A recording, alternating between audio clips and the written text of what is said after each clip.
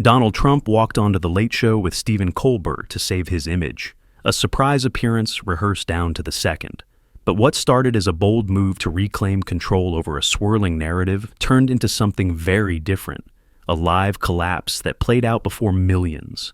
One photo, one date, and a rumor that had been quietly building behind closed doors suddenly became the spotlight. Outside, the streets of New York buzzed like always, but inside the Ed Sullivan Theater, something was off. Producers moved faster than usual. Assistants whispered, glancing nervously toward the stage. The crowd felt it too. People who had attended the show a dozen times said the same thing. Tonight was different. And then the lights shifted. The applause rose. The President of the United States stepped onto a late-night stage. Some in the crowd stood, others clapped half-heartedly. A few just stared. Even Stephen Colbert, known for turning scandal into satire, was visibly caught. If off guard, this wasn't a cameo. This wasn't comedy. This was confrontation. Trump hadn't come for laughs. He'd come for control. In Washington, a strange rumor had been gaining traction, one that most people dismissed as too bizarre to be real. It involved Ivanka Trump. It involved Barron. And it involved a timeline that didn't make sense. A photo. A secret. A birth. The kind of story that gets buried before it ever sees daylight, unless someone gives it oxygen. And by showing up, live, without filters, Donald Trump may have done just that. He walked on stage with full bravado, confident, calculated. The room hadn't even settled before he fired his first shot. "I gave this show its highest ratings ever," he said, grinning. "Let's not pretend otherwise."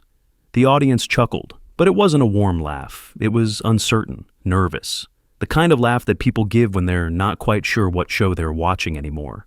Colbert smiled but didn't respond. He let the silence breathe. Trump kept going. He accused the show of spreading lies, of feeding into dangerous speculation. He called the media the enemy of the people, his tone growing sharper with each sentence. But something was different.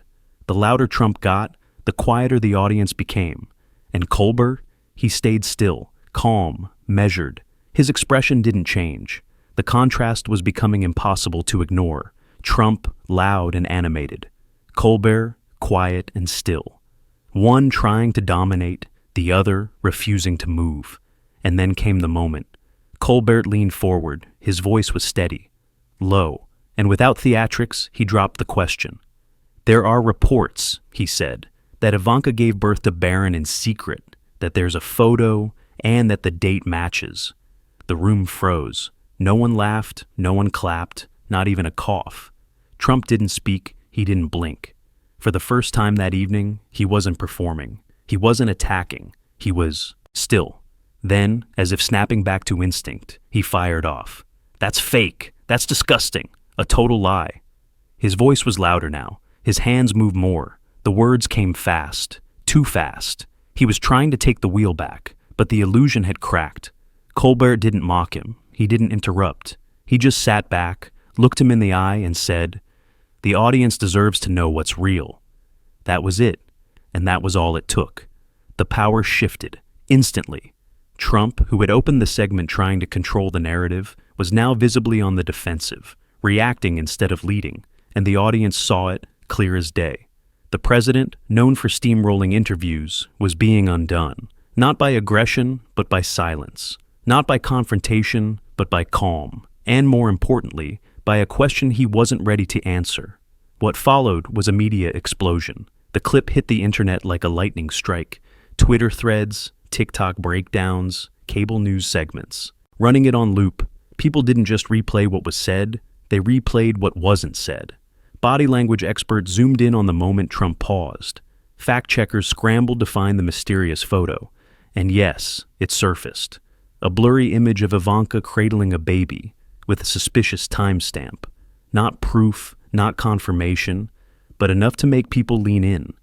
Because the damage wasn't in the facts, it was in the optics.